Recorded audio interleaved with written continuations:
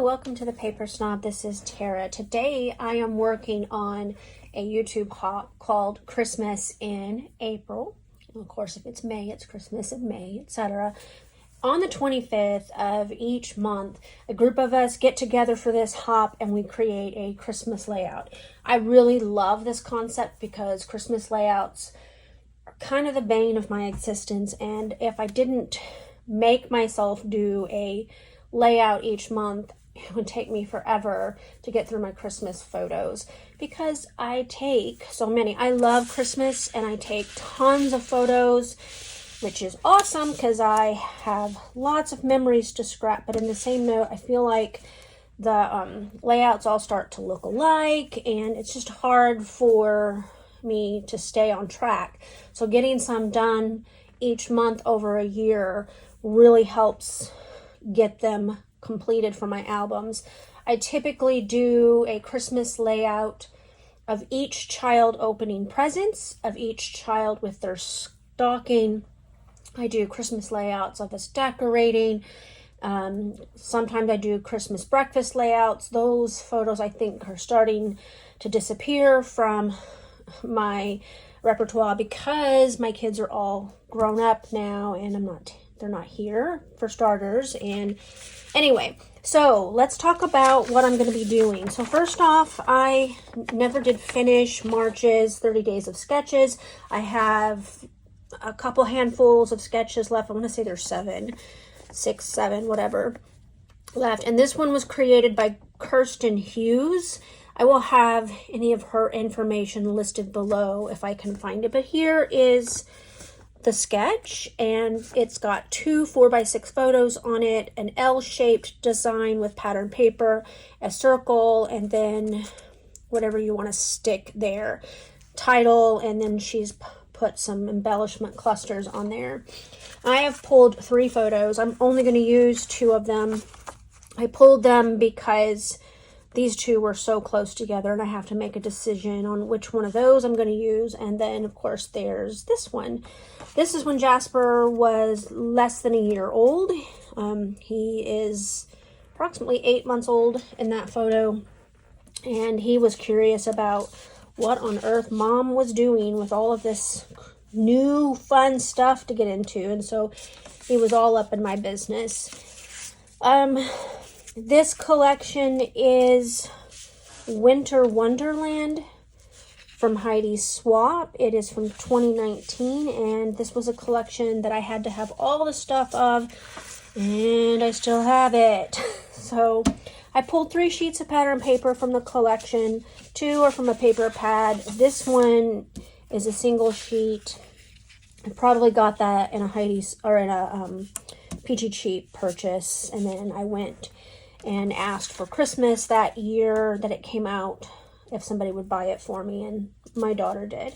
And then there's some embellishments. Not all of these are from Heidi Swap. Like these are Simple Stories DIY Christmas.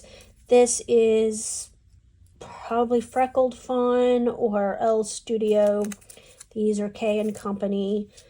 That's from a page kit from eons ago. And then the rest of the bits are from the same collection. I just gave myself lots to play with, and we're going to go ahead and take a piece of pattern paper to my Cameo, and I am going to cut it down. I'll be right back. So the first thing I'm going to do is I'm going to build that background, and what I see in that sketch is an L-shaped design with a circle in the middle of it, and so that's what I'm going to go with. First, I'm going to mat these 2 photos on some red cardstock. I'm going to mat them on one piece, and then I'm just going to cut it all out at the same time. That's kind of how it looks on her sketch, and I'm just going to use that because it's an easy way to mat photos, and it looks great too. So I really enjoy this color of red, and I was having a hard time finding it there for a while, but lately it's been easier to get a hold of, which is great because I got really low doing all of the Christmas layouts in 2022, so I had to get more of it into my stash in 2023. So all you saw me do there was cut down the rest of the plaid paper. I had already cut out my circle with it, and I wanted to just get rid of the full piece, and then that way I have easy access scraps to play with.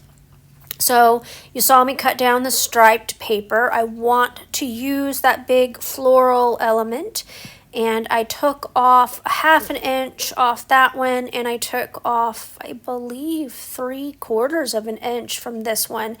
I'm straightening it up because for some reason I managed to get that nice and crooked, so I wanted to make sure that the polka dot side was straight. I am not keeping the branding strips from paper pads. They have holes in the middle, and yes, I know you can use them, but you know what, guys? I have quite a bit of stuff to use up, including other branding strips that are one piece, and I'm just gonna toss it.